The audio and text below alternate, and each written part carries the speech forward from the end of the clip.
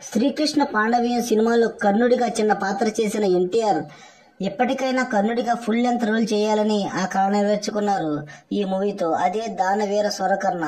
పోటీగా వచ్చిన సినిమాల గురించి మాట్లాడుకునే ముందు ఈ మూవీ గురించి చెప్పుకోవాలంటే ఇది జనవరి 14, 1977లో రిలీజ్ అయింది. రైటర్ గా, ప్రొడ్యూసర్ గా, డైరెక్టర్ గా, అలాగే తెరపై కృష్ణుడిగా, దుర్యోధనుడిగా, కర్ణుడిగా ఎంతో చెమటొచ్చి తెరకెక్కించిన ఈ సినిమాకి ప్రధాన బలం డైలాగులని చెప్పాలి.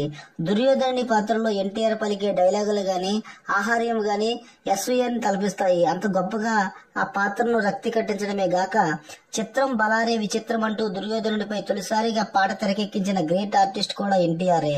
ఇక కర్ణుడి పాత్రలో ఉండే ఔన్నత్యాన్ని చిత్రం చివరి వరకు ప్రాణం పెట్టి పోషించారు ఈ నట సార్వభౌముడు.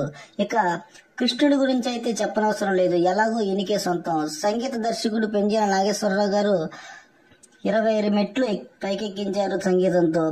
20 లక్షలతో తెరకెక్కించిన ఈ మూవీ 3 రిలీజులతో కలిసి 3 కోట్ల రూపాయల పైగా వసూలు చేసి సెన్సేషనల్ హిట్ గా నిలిచింది.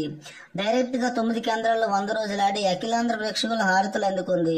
4 గంటల వ్యవధితో నిర్మించిన ఈ సినిమా ఎక్కడా వీక్ పాయింట్ లేకుండా బలమైన సీన్లు రూపొందించి ప్రేక్షకులు చూస్తున్నంతసేపు ఆసక్తిని రేకెత్తించి డైరెక్టర్ గాను ఘన విజయం సాధించారు ఎన్టీఆర్. 1977 జనవరి 14న వచ్చిన ఈ మూవీకి పోటీగా వచ్చిన మూవీస్ జయాపజయాల గురించి ఇప్పుడు చూద్దాం.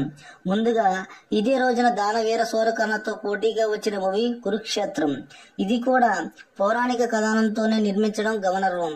ఒక పక్క ఎన్టీఆర్ తమ చిత్రాన్ని భారీగా నిర్మిస్తున్నారన్న సంగతి తెలిసిన హీరో కృష్ణ తన మూవీని సంక్రాంతికి తీసుకొచ్చేందుకు చేసిన కృషి అయితే ప్రశంసనీయం. ఈ కురుక్షేత్రంలో భారీ తారాగణంతో తెరకెక్కించి కృష్ణ, శోభన్ బాబు, కృష్ణంరాజు ఇలా అగ్ర హీరోలతో తెరకెక్కించిన ఈ మూవీ ఎన్టీఆర్ దానవీర స్వరకర్ణ ముందు ఏమాత్రం నిలబడలేక పరాజయం చూడవలసి వచ్చింది.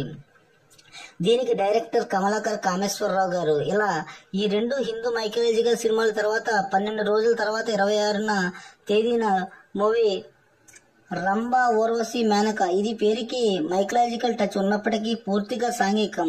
ఇందులో మురళీమోహన్, నరసింహరాజు ప్రధాన పాత్రలో పోషించారు. ఇక రావు గోపాలరావు, రోజారామన్ అయితే ప్రముఖ పాత్రలో పోషించారు. ఈ రొమాంటిక్ ఫ్యామిలీ డ్రామా బాక్సాఫీస్ ను నిరాశపరుస్తూ ఫ్లాప్ గా నిలిచింది.